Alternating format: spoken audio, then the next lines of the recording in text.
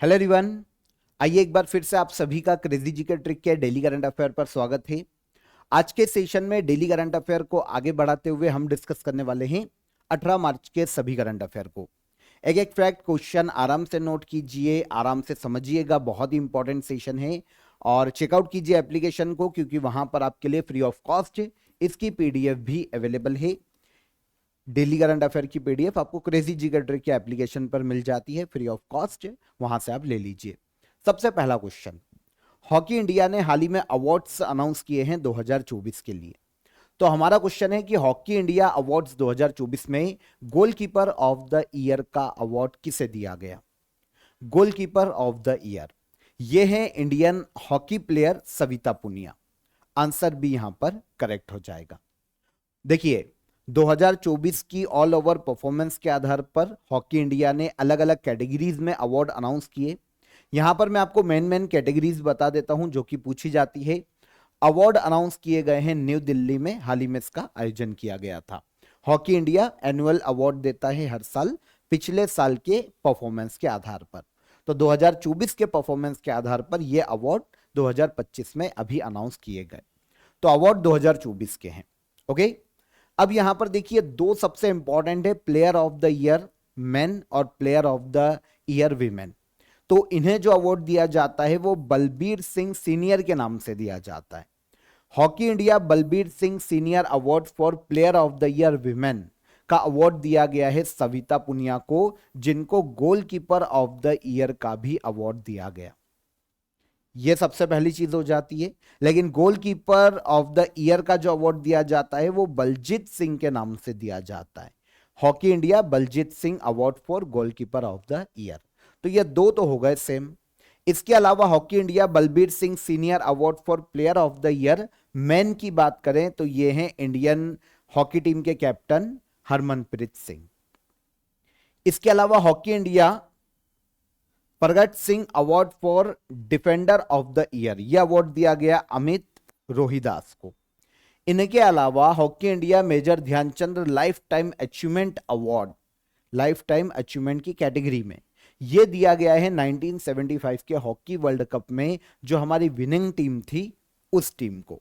और hockey India Jamanlal Sharma award for invaluable contribution 2024, यह award दिया गया है प्रसार भारती को।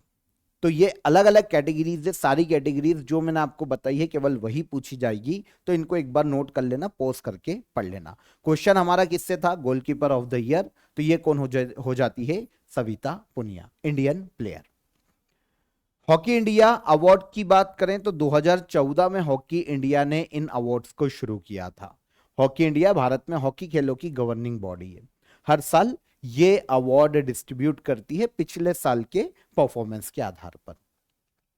सेकेंड क्वेश्चन, पद्म भूषण विजेता रमाकांत रथ जिनका हाल ही में निधन हुआ है वे किस क्षेत्र से संबंधित थे? रमाकांत रथ बहुत ही फेमस साहित्यकार हैं उड़िया भाषा के। आंसर बी, रमाकांत रथ। हाल ही में 90 वर्ष की आयु में, क्योंकि एज ज्यादा थी तो एज से संबंधित बीमारियों के कारण 90 वर्ष की आयु में निधन हो गया है रमाकांत रथ का। इन्हें पद्म भूषण से सम्मानित किया जा चुका है ओडिया साहित्य में इनके योगदान के लिए। तो लिटरेचर या साहित्य से संबंधित है। इनकी एक बहुत ही फेमस रचना थी सप्तम ऋतु, यह 1977 में ओडिया भाषा में प्रकाशित हुई थी और इसके लिए इन्हें 1978 में साहित्य अकादमी अवार्ड से सम्मानित किया जा चुका है। इसके अलावा श्री राधा इनकी एक और रचना है 1984 में, इसके लिए इन्हें सरस्वती सम्मान दिया गया था 1992 में। ओडिया भाषा के साहित्यकार नाम क्या है? रमाकांत रथ, 90 वर्ष की आयु में निधन हुआ, ओडिशा से संबंधित। अब यहां पर सबसे मेन जो अवार्ड है, हमने साहित्य अकादमी देख लिया, सरस्वती सम्मान देख लिया, लेकिन इसके अलावा मेन अवार्ड है हमारे पास पद्म भूषण, जो कि रमाकांत रथ को दिया गया था 2006 में। तो तीनों अवार्ड के ईयर में सबसे इंपॉर्टेंट हो जाता है पद्म भूषण 2006 में। इसके अलावा अभी मैंने आपको पहले पढ़ाया था एक इंडियन ऑलराउंडर सैयद आबिद अली का हाल ही में निधन हो गया था 83 वर्ष की आयु में। पहले जो वनडे मैच इंडियन टीम ने खेले हैं इतिहास में, उसमें ये भारतीय टीम के मेंबर थे, ऑलराउंडर खिलाड़ी हैं सैयद आबिद अली, जिनका 83 वर्ष की आयु में निधन हो गया। तो ये दो ऑबिटरीज याद रखिएगा, इंपॉर्टेंट है ना, जो पूछी जा सकती है। इसके अलावा देखिए, आप सभी के लिए ऑफर ऑफ द डे की अगर हम बात कर ले तो कंप्यूटर का कोर्स आपके लिए अवेलेबल है अक्षय सर का, काफी नॉमिनल प्राइस में, जहां पर बहुत ही सिंपल कॉन्सेप्ट के माध्यम से, बहुत ही सिंपल ट्रिक के माध्यम से आपको पूरे कंप्यूटर के कोर्स को आपको कवर करवाया गया है। क्योंकि देखिए, एसएससी भी कंप्यूटर से क्वेश्चन पूछता है, वनडे एग्जाम में स्पेशली कंप्यूटर के हर एग्जाम में क्वेश्चन पूछे जाते हैं, बेसिक पूछे जाते हैं, लेकिन काफी प्रॉब्लम आती है स्टूडेंट को कंप्यूटर के क्वेश्चंस में। तो आपके लिए ये कोर्स है बहुत ही नॉमिनल चार्जेस में, अभी आपको अवेलेबल है 24 आवर के लिए। डिस्क्रिप्शन में मैंने आपको इसकी लिंक दे दी है। इसके अलावा हेल्पलाइन नंबर की आपको डिस्क्रिप्शन में मिल जाएगा, और यहां पर भी आप नोट कर सकते हैं, आप कॉल करके हमारी सपोर्ट टीम से बात कर सकते हैं। चलिए अगले क्वेश्चन पर आएंगे। किस मिशन के द्वारा नासा वैज्ञानिक सुनीता विलियम्स और बुच विल्मोर को इंटरनेशनल स्पेस स्टेशन से पृथ्वी पर वापस लाया जाएगा? तो सुनीता विलियम्स और बुच विल्मोर, ये दोनों ऑलमोस्ट अगर हम देखें ना तो 8-9 महीने से इंटरनेशनल स्पेस स्टेशन पर फंसे हुए। अब नासा ने क्या किया है कि स्पेस एक्स के साथ एक टाइप किया है, और स्पेस एक्स और नासा का क्रू 10 मिशन ये लेने गया है बुच विल्मोर और सुनीता विलियम्स को वापस। 18-19 तारीख को ये वापस आ जाएंगे दोनों। ओके, तो ये क्रू 10 मिशन हाल ही में लॉन्च किया गया था सुनीता विलियम्स और बुच विल्मोर के लिए। ये जून 2024 में दोनों इंटरनेशनल स्पेस स्टेशन गए थे बोइंग स्टारलाइनर स्पेसक्राफ्ट के माध्यम से। वैसे इनका उस वक्त जो मिशन था वो केवल 8 दिन का ही था, लेकिन हुआ ये कि इनका जो स्टारलाइनर स्पेसक्राफ्ट है इसमें कुछ खराबी आ गई, तो उससे रिस्क नहीं लिया गया इनको लाने के लिए, क्योंकि वो ऐसी कंडीशन में था नहीं कि हमारे जो अंतरिक्ष यात्री है उनको वापस लाया जा सके। तो ये काफी समय से अंतरिक्ष स्टेशन में फंसे हुए थे सुनीता विलियम्स और बुच विल्मोर। तो अब नासा और स्पेसएक्स ने मिलकर जो क्रू 10 मिशन लॉन्च किया, इसकी लॉन्चिंग की गई 14 मार्च को, और ये पहुंच चुका है 18-19 मार्च को। आज या कल में ये दोनों को वापस लेकर पृथ्वी पर आ जाएगा। तो ठीक है, ये बेसिक चीजें हैं आज जो आपको पता होना चाहिए। इसमें से सुनीता विलियम्स बहुत इंपॉर्टेंट हो जाती है, क्योंकि भारतीय ओरिजिन की, इंडियन मूल की अमेरिकी एस्ट्रोनॉट है। अभी इनके नाम पर एक रिकॉर्ड भी आया था, 62 आवर 6 मिनट इन्होंने स्पेस वॉक करके सबसे बड़ा रिकॉर्ड अपने नाम किया है महिलाओं में स्पेस वॉक करने का, है ना। तो सबसे अधिक समय तक स्पेस वॉक करने का महिलाओं का रिकॉर्ड इनके नाम आया है, ऑलमोस्ट 62 आवर का, सुनीता विलियम्स का। ठीक है, यहां पर नासा की बात करें, यूएसए की अंतरिक्ष एजेंसी है, 1958 में स्थापना की गई थी, और हेडक्वार्टर यूएसए के ही वॉशिंगटन डीसी में देखने को मिलता है। इसके अलावा स्पेसएक्स एलन मस्क की कंपनी है, 2002 में इसकी स्थापना की गई थी, और इसका हेडक्वार्टर देखने को मिलता है यूएसए के टेक्सास में। प्राइवेट स्पेस कंपनी है एलन मस्क की SpaceX. Next, kabaddi world cup 2025 की मेजबानी कौन से देश के द्वारा की जा रही है? तो 2025 में कबड्डी वर्ल्ड कप का जो कि सेकेंड एडिशन है इस साल, इसका आयोजन किया जा रहा है इंग्लैंड में। सेकेंड एडिशन ही है, तो इंग्लैंड का पर्टिकुलर एक प्लेस है जिसका नाम है वेस्ट मिडलैंड, यहां पर इसका आयोजन किया जा रहा है। मेंस कैटेगरी का जो वर्ल्ड कप है कबड्डी का वो भी आयोजित किया जाएगा, और विमेन कैटेगरी के वर्ल्ड कप को भी यहीं पर आयोजित किया जा रहा है एक साथ। अब ये सेकेंड एडिशन है दोनों का ही। मेंस कैटेगरी में 16 टीमें यहां पर पार्टिसिपेट करेगी कबड्डी की, और विमेन्स कैटेगरी में 8 टीमें यहां पर पार्टिसिपेट करेगी। 17 तारीख को कल ये शुरू हुआ, और 23 मार्च तक इसका आयोजन किया जाएगा।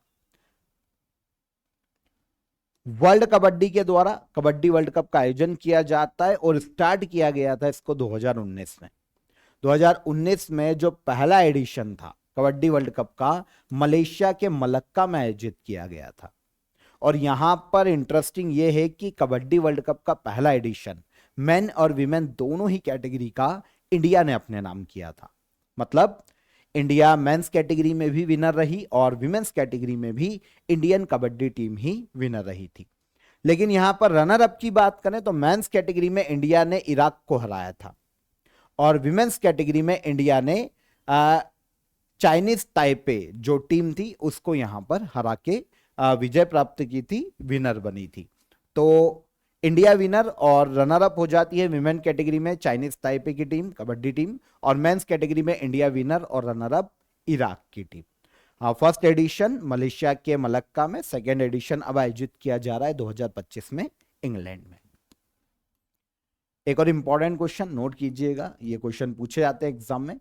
विमेन्स प्रीमियर लीग 2025 का खिताब किस टीम ने जीता है?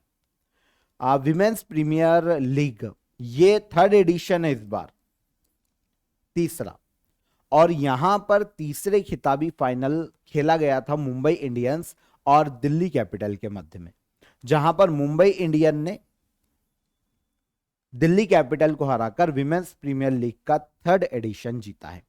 तो मुंबई इंडियन हो जाती है विनर और दिल्ली कैपिटल हो जाती है रनर अप।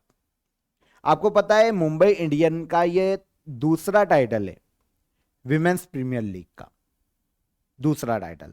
और यहां पर इंटरेस्टिंग ये है कि 3 एडिशन में तीनों बार रनर अप दिल्ली कैपिटल रही। ठीक है, तो पूरी डिटेल देख लेते हैं। तो women's premier league 2025 third edition, final खेला गया मुंबई इंडियन और दिल्ली कैपिटल के मध्य में, और सेकेंड टाइम मुंबई इंडियन ने यह खिताब अपने नाम किया दूसरी बार। यहां पर प्लेयर ऑफ द सीरीज रही नेट साइवर ब्रंट, जो कि मुंबई इंडियंस के लिए खेलती है, और सबसे ज्यादा रन रहे हैं नेट साइबर ब्रंट के, जो कि मुंबई इंडियंस के लिए 523 रन इन्होंने बनाए थे। सबसे ज्यादा विकेट के मामले में 18 विकेट 2 प्लेयर ने लिए, एमिलिया केर मुंबई इंडियंस के लिए और हेले मैथ्यूज, ये भी मुंबई इंडियन की खिलाड़ी है। इन्होंने सबसे ज्यादा 18 विकेट लिए हैं। आयोजन कौन करवाता है विमेन प्रीमियर लीग का? बीसीसीआई। T20 क्रिकेट है, ये T20 फॉर्मेट में खेला जाता है। सबसे पहला एडिशन हुआ था 2023 में, मुंबई इंडियन ने दिल्ली कैपिटल को हराकर जीता। 2024 के एडिशन में रॉयल चैलेंजर बेंगलुरु ने दिल्ली कैपिटल को हराकर जीता था दूसरा खिताब, और अब तीसरा किसने जीता वापस? मुंबई इंडियन ने, और यहां पर भी रनर अप रही दिल्ली कैपिटल। 5 टीमों ने यहां पर पार्टिसिपेट किया, royal challenger Bengaluru, Mumbai Indian, Delhi capital, UP warrior और गुजरात जॉइंट या जियांट। ठीक है, अगला national conference on economics of competition law के 10th एडिशन का आयोजन किसके द्वारा किया गया? National conference on economic of competition law ये क्या, पहले ये समझो। मार्केट के अर्थशास्त्र को समझने के लिए इस कॉन्फ्रेंस का आयोजन किया जाता है। फॉर एग्जाम्पल कि मार्केट में जो वस्तुओं के रेट है उतार चढ़ाव कैसे हो रहा है ना, मार्केट पर क्या इंपैक्ट जा रहा है, मार्केट पर किसी भी कंपनी के मर्जर से या फिर किसी भी कंपनी के टूटने से इकोनॉमी पर या मार्केट पर क्या प्रभाव पड़ता है, इन सभी चीजों को स्टडी करने के लिए ओके आयोजित की जाती है। इन सभी चीजों पर चर्चा करने के लिए national conference on economics of competition law का आयोजन किया जाता है। इस साल ये 10वां एडिशन है, और आयोजन कौन करवाता है पता है? Competition commission of India. Answer A हो जाता है। हाल ही में नई दिल्ली में 10वां एडिशन इसका आयोजित किया गया। यहां पर जो भी अर्थशास्त्र या इकोनॉमी के सेक्टर के जितने भी स्कॉलर्स हैं, प्रैक्टिशनर्स हैं या फिर एक्सपर्ट हैं, उन्होंने यहाँ पर अपने विचार साझा किए। ये एक मंच की तरह कार्य करता है ना, इकोनॉमी को समझने के लिए, मार्केट फैक्टर को समझने के लिए, इकोनॉमिक सेक्टर को समझने के लिए इस कॉन्फ्रेंस का आयोजन किया जाता है। तो आयोजन किया गया नई दिल्ली में 2016 में, सबसे पहला एडिशन हुआ था, और अब 10वां एडिशन कहां पर आयोजित हुआ? यह आयोजित हुआ है दिल्ली में।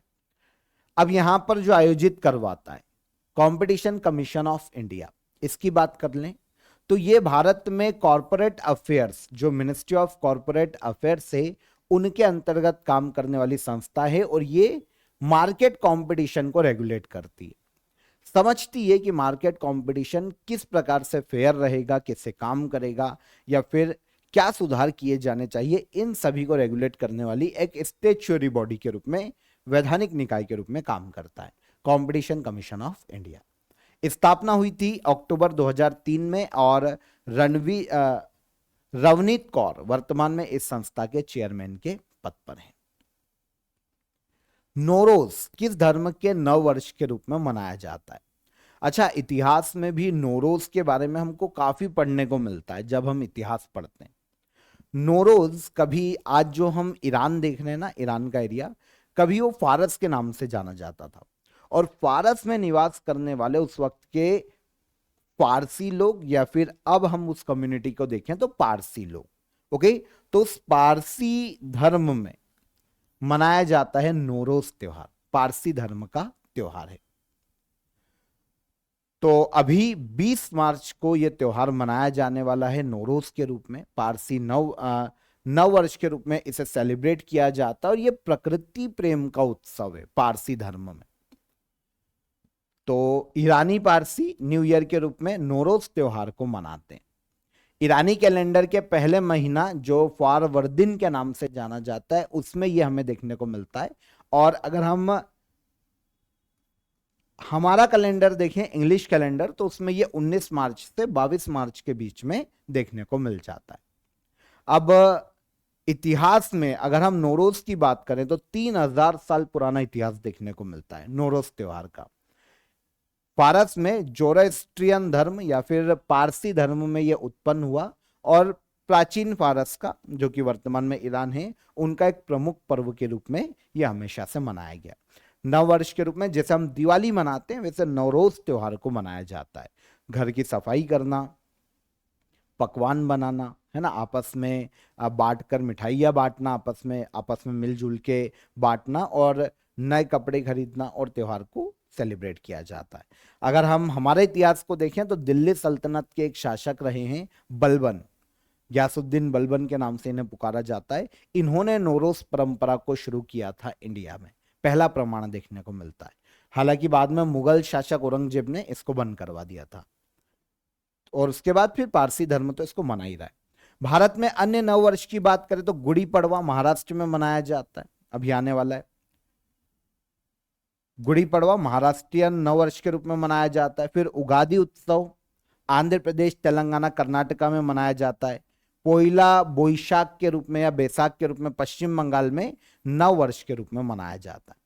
तो ये अदर जो स्टेट है हमारे, उसमें नव वर्ष के रूप में अलग अलग जगह पर मनाया जाता है। और अब नौरोज त्योहार की बात हुई है तो ये पारसी धर्म में मनाया जाता है। आगे, किसे केंद्रीय खेल मंत्री मनसुख मांडविया द्वारा फिट इंडिया आइकन बनाया गया है? तो केंद्रीय खेल मंत्री मनसुख मांडविया के द्वारा फिट इंडिया आइकॉन बनाया गया है आयुष्मान खुराना को। कौन है ये? आयुष्मान खुराना। अब फिट इंडिया मूवमेंट भारत सरकार ने इसकी शुरुआत की थी 2019 में भारत में, ताकि डेली लाइफ स्टाइल जो लोगों की है उसको सुधारा जा सके, है ना, फिट रहने के लिए। क्योंकि देखिए, अगर आप फिट हैं, हेल्दी हैं, तो काफी सारी डिसीज को रोका जा सकता है अगर आपकी जो लाइफ स्टाइल है, डेली रूटीन है, वो अगर सही तरीके से चले। तो इसको प्रमोट करना उद्देश्य था फिट इंडिया मूवमेंट का। अब उसको प्रमोट कौन करेगा? तो इसके लिए फिट इंडिया आइकॉन नियुक्त किए गए थे, काफी सारे बने हैं, जैसे विद्युत जामवाल भी रहे हैं। तो अभी जो नए फिट इंडिया आइकॉन बनाए गए हैं union sports minister Mansukh Mandaviya के द्वारा, ये है आयुष्मान खुराना, बॉलीवुड एक्टर। इसके अलावा इन्होंने फिट इंडिया मूवमेंट को भी हाल ही में ज्वाइन किया है। अभियान 29 अगस्त 2019 को शुरू किया गया था नेशनल स्पोर्ट्स डे के अवसर पर दिल्ली के इंदिरा गांधी स्टेडियम में, और लॉन्च किया गया था भारत के पीएम नरेंद्र मोदी के द्वारा। फिजिकल एक्टिविटी के प्रति लोगों को अवेयर करना, डेली रूटीन में फिजिकल एक्टिविटीज बढ़े, स्पोर्ट्स बढ़े, ताकि वो फिट रहें, हेल्दी रहें, यह उद्देश्य था फिट इंडिया मूवमेंट का। विद्युत जामवाल, शाहिद कपूर, शिल्पा शेट्टी, ये जो बॉलीवुड के अदर एक्टर हैं ये भी फिट इंडिया आइकॉन के रूप में पहले नियुक्त किए जा चुके हैं। अब जो नए बने हैं वो कौन है? आयुष्मान खुराना, है ना, जो अभी बने। अट्टुकल पोंगल त्योहार कहाँ मनाया जाता है? देखिए यहां पर केवल पोंगल की बात होती ना तो तमिलनाडु में पोंगल को सेलिब्रेट किया जाता है न्यू ईयर के रूप में, है ना, मकर संक्रांति पर हमने डिस्कस किया था। यहां पर बात हो रही है अट्टुकल पोंगल की, तो यह मनाया जाता है स्पेशली केरला में। केरल में सेलिब्रेट किया जाता है, 10 दिवसीय का अवसर है। केरल के तिरुवनंतपुरम में अट्टुकल भगवती टेम्पल देखने को मिलता है और यहां पर होली के बाद 10 दिन का एक उत्सव मनाया जाता है अट्टुकल पोंगल त्योहार के नाम से। जैसे उत्तर भारत में दशा माता के रूप में पूजा जाता है 10 दिन का त्योहार, वैसे दक्षिण भारत में अट्टुकल भगवती टेम्पल पर तिरुवनंतपुरम में 10 दिन का यह फेस्टिवल है अट्टुकल पोंगल। देवी अट्टुकल अम्मा की पूजा की जाती है, देवी का एक स्वरूप है जो पूजा जाता है और 10 दिन तक इनको समर्पित किए जाते हैं। उपवास किए जाते हैं, देवी को भोग लगाया जाता है। जो पारंपरिक नृत्य हैं राज्य के वो किए जाते हैं स्थानीय कम्युनिटी के द्वारा 10 दिन तक। और आपको पता है इंपॉर्टेंट इसलिए भी है क्योंकि दुनिया की सबसे बड़ी विमेंस गैदरिंग फेस्टिवल के रूप में इसे देखा जाता है। अट्टुकल पोंगल केरला में, वहां की जो मलयालम कम्युनिटी है वो इसे मनाती है। इसे मक्कराम या फिर कुंभम नाम भी दिया जाता है।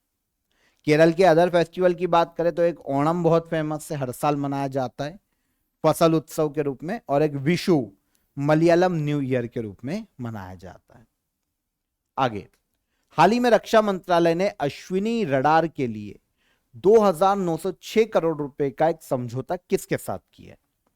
तो भारत की डिफेंस मिनिस्ट्री ने अश्विनी रडार के लिए 2,906 करोड़ का एक समझौता किया है, एक समझौता साइन किया है भारत इलेक्ट्रॉनिक्स लिमिटेड के साथ। यह भी सरकारी क्षेत्र की कंपनी है भारत इलेक्ट्रॉनिक्स लिमिटेड, जिसके साथ डिफेंस मिनिस्ट्री जो है हमारी उसने 2,906 करोड़ का समझौता किया। पर्टिकुलर एक रडार BEL बनाकर देगा डिफेंस मिनिस्ट्री को और इस रडार का नाम है अश्विनी रडार। अच्छा, रडार क्या है? तो देखिए रडार को वैसे जो डेवलप किया है ना वो DRDO और BEL ने मिलकर किया है। DRDO ने डिजाइन तैयार किया और BEL ने इसका निर्माण किया था। हाई स्पीड कोई भी ऑब्जेक्ट, जो भी टारगेट है, अगर वो निकल के जाता है ना तो ये रडार उसको कैप्चर कर सकता है, उसको डिटेक्ट कर सकता है।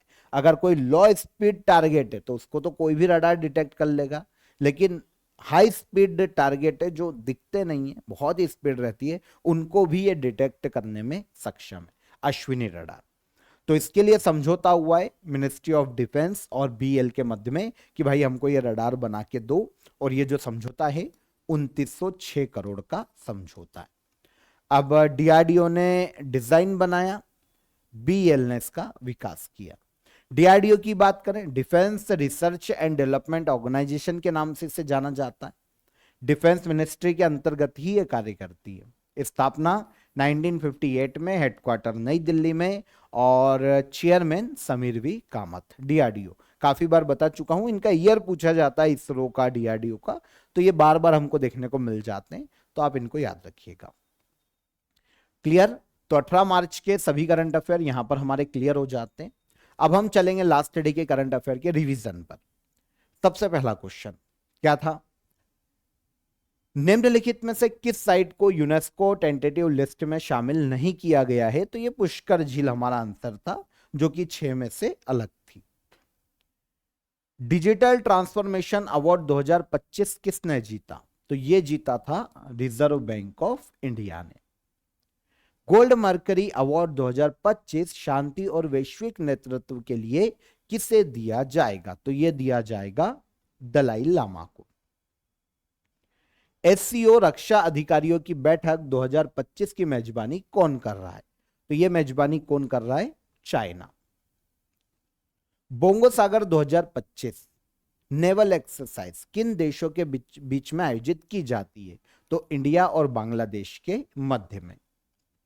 रायसीना डायलॉग 2025 की थीम क्या है? तो इसकी थीम है काल चक्र, पीपल, पीस और प्लेनेट। Answer C. प्रसिद्ध ज्वालामुखी फुएगो कहां पर स्थित है? तो फुएगो वॉल्केनो, जिसमें अभी विस्फोट देखने को मिला, ग्वाटेमाला में देखने को मिलता है, जो कि एक उत्तरी अमेरिकी देश है। नेशनल वैक्सीनेशन डे हर साल कब मनाया जाता है? यह मनाया जाता है 16 मार्च को। भारत की पहली निजी पुनर्बीमा कंपनी कौन सी है? तो यह है वैल्यूएटिक्स री इंश्योरेंस। और 20वीं नेशनल यूथ एथलेटिक्स चैंपियनशिप 2025 में कौन शीर्ष पर रहा? तो यह है हरियाणा। Answer C. ये सारे करंट अफेयर कल के सेशन के थे, यहां पर रिवाइज हो गया। अब चलिए क्वेश्चन ऑफ द डे का आंसर लेते हैं। तो क्लाइमेट चेंज से संबंधित पेरिस समझौता या पेरिस एग्रीमेंट कब हुआ था? तो यह हुआ था 12 दिसंबर 2015 को। देखिए 2015 में यह ट्रीटी समझौता हुआ था और इसे लागू किया गया था 2016 में। तो दो आंसर आए, बिल्कुल सही थे, दोनों के सही हैं वैसे। ओके, तो 2015 में पेरिस समझौता हुआ और 2016 में लागू हुआ। यह COP21 में इसे अपनाया गया था, पेरिस समझौते को। फिर महात्मा गांधी ने नमक सत्याग्रह की शुरुआत की थी साबरमती आश्रम, जो कि गुजरात में स्थित है। और केंद्रीय तंबाकू अनुसंधान संस्थान का नया नाम क्या है? National institute for research on commercial agriculture. ये मैंने आपको पढ़ाया था डेली करंट अफेयर में। ये तीनों क्वेश्चन हो जाते हैं, हमारे आंसर हो जाते हैं। अब आज के लिए क्वेश्चन ऑफ द डे देख लीजिए, कमेंट में आंसर कीजिएगा। National research institute of soybean या राष्ट्रीय सोयाबीन अनुसंधान संस्थान कहां पर स्थित है?